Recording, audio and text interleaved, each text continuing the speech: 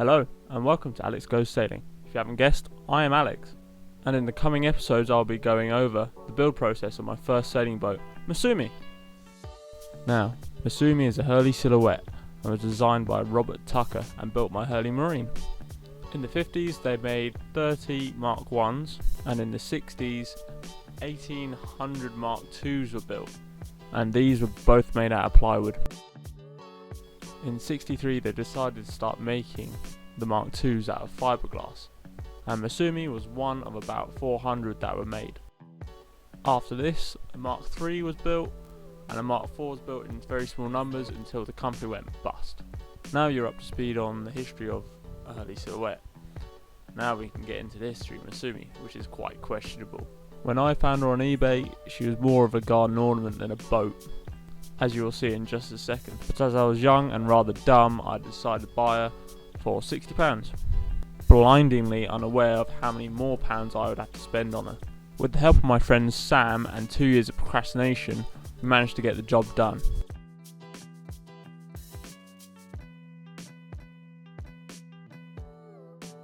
So, for £60 I got a hull, loads of rotten wood in that hull, and then loads of useless bits melt in that hull as well.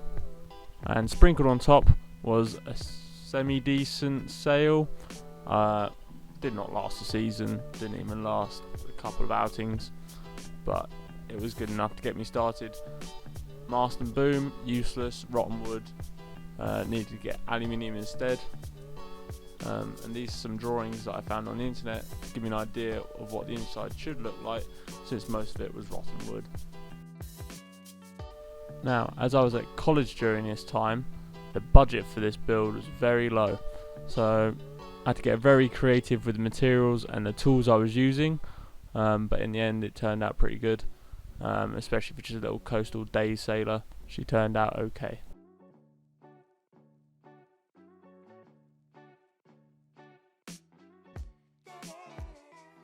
Now onto my favourite phase of the build, demolition. It is absolutely amazing how well rotten wood and old rusted screws hold itself together, but light work for a sledgehammer.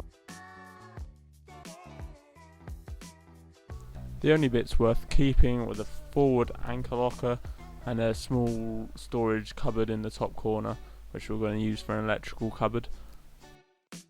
The companionway and the forward hatch were worth keeping with the woodwork, as it just needed a good clean up and sand up and varnish. Now after destruction we found an Easter egg. Mark Miles was written at the back of the boat. Almost called it that, but didn't, because I thought it'd be bad luck. Right, time to go down below. First up, I had to clean up the interior and get it ready for any fiberglass work that I may have to do. The first project was to make the bulkhead. We did this out of structural ply, which is cheaper than marine ply, but still good enough, especially for this little boat. Sam ended up using his little router and managed to route out all the cubby holes, and it turned out being quite strong and actually reduced all the flakes in the hull, since it was a bare hull. Then we made the floor piece. Sam made some hatches, access patches to get into the build. It's quite handy with a little router.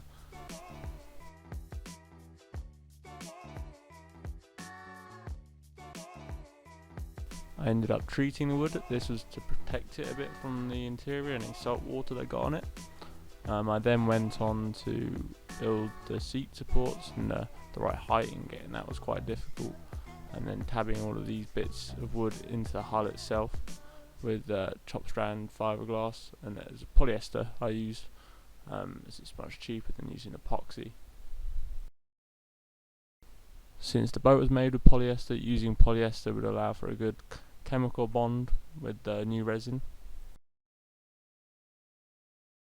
We then went on to make the seat tops and then the upholstery itself that would go on top. We used a marine grade material with white piping, which is quite fancy. Didn't really need to go like that, but it was cheap because I had an old friend help me make it. It was quite cool to learn how it's all done and made. Definitely going to be using that on the next boat. it actually ended up being quite comfortable to sleep on, which I was quite surprised by, considering it was only maybe 2 or 3 inches thick. But also being young probably also helped that. Now, on to the electrics.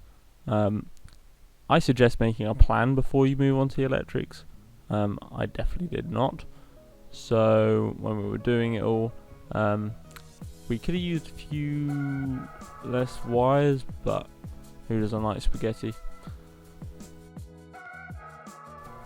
The label maker definitely came in handy, as I was planning to run speakers, Bluetooth, even like Wi-Fi controlled LED lights.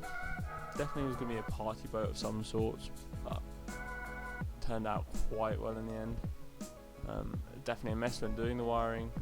Sam did most of this. I was just running most of the wires and getting all the actual components hooked up, and he was doing all the work to the switchboard itself. Being a small boat, we only had a limited supply of electricity and no real solar array, so using LEDs and power efficient units was definitely to my benefit. You ended up using 2 leisure batteries, 2 very small leisure batteries, which ended up being powerful enough to run us for a good long weekend, if not more.